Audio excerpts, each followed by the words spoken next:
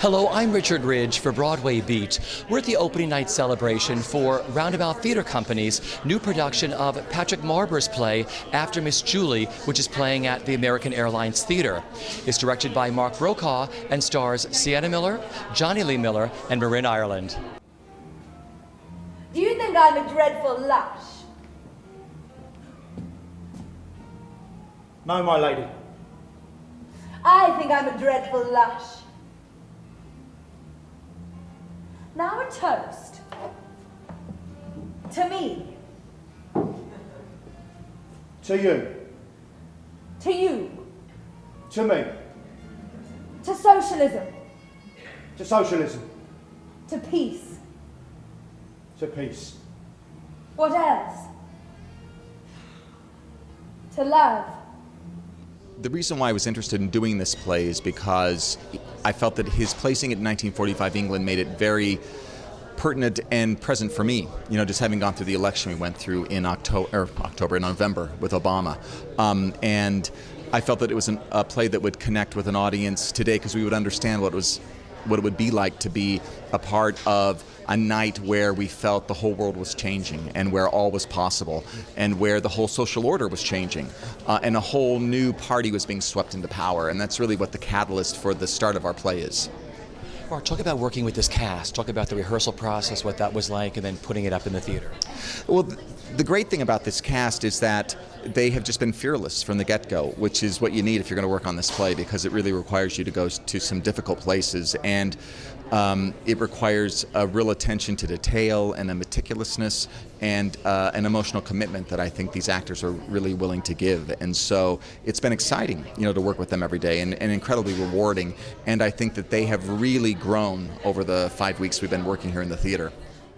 I was there when he gave her the elbow. Really? My natural discretion forbids me to gossip.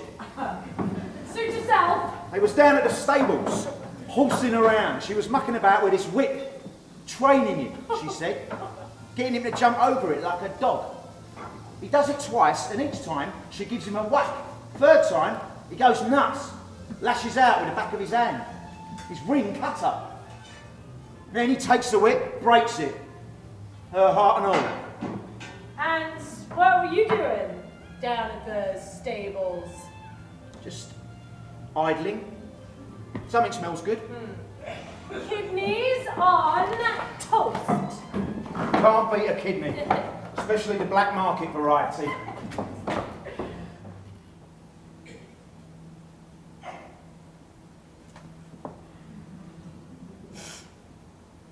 These need a wash. I woke in the night. I opened your door.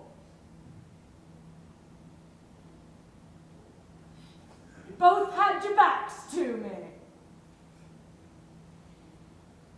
I was wondering if you'd tell me, since we are to be married, for better or worse. Of course I'd have told you. I'm sorry. Don't bother. I imagine you did it with every little scrubber in France. I have low expectations. I'm rarely disappointed. I understand. How could you resist her beauty when you're just a man? Talk about this role that you play and what you love about her. Gosh, there's so many things. But I guess also that I love how much she hangs on to her own dignity in such a clear way, and I love that she's got such an interesting relationship with her own emotions. And it always surprises me, I have to say, what happens next. I always have to keep I feel like her dialogue with herself, what I've learned about her, or at least what I've learned about this play, is that her dialogue with herself is sort of louder than her dialogue with everybody else. You know what I mean? And all those times when she's alone on stage and these moments sort of navigating her intense emotions and whatever, that happens, that's her own business. You know what I mean? As opposed to the other two of them where it's kind of laid out for everyone to see. And I think that's a really specific challenge that I don't know that you deal with too often in theater. Usually it's right out there. And so for me to get to explore that kind of terrain is very thrilling for me. When I was 5, I saw your mother pushing you in your pram, a blue-black pram, your carriage. I was 5 and I could already feel the difference between us. My first memory is you. And a feeling without the words to describe it. Now I can call it love. How do you feel tonight? Exhausted. So excited, and you know it's such an intense play, and so coming off stage is always, it takes a moment to kind of regroup and gather, but I'm so excited. It's my dream come true tonight, and I can't believe I've opened on Broadway. I can't believe it. Well, let's talk a little bit about the role and what makes her so wonderful to play. Well, you know, the versatility, where she begins and where she ends in the story is pretty extreme, and you know, she's incredibly bright and incredibly damaged. And those roles are really fun as an actress to play. She's got a great wit and a sharp tongue, and it's Patrick Marber, and I've got an amazing cast around me, an amazing director, and it's just been a dream project, really. So, New York, that's the place for us, yeah?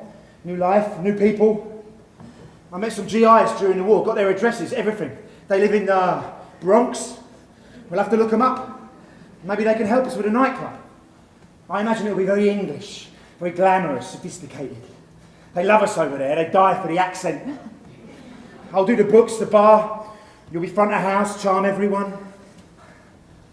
You have to hurry though. Christine will be up soon, your father's due back. I'll drive us to the station, we'll catch a train, on the boat, we're there.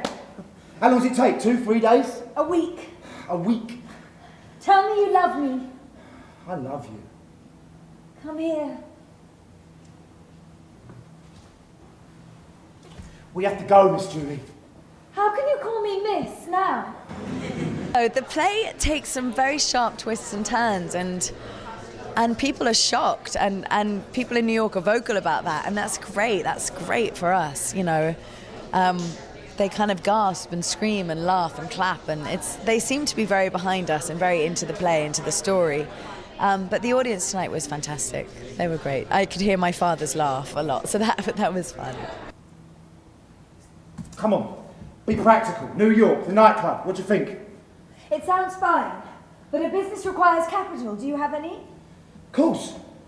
Experience, expertise, nous. That's capital of a sort. It won't buy you a railway ticket. So we need a backup.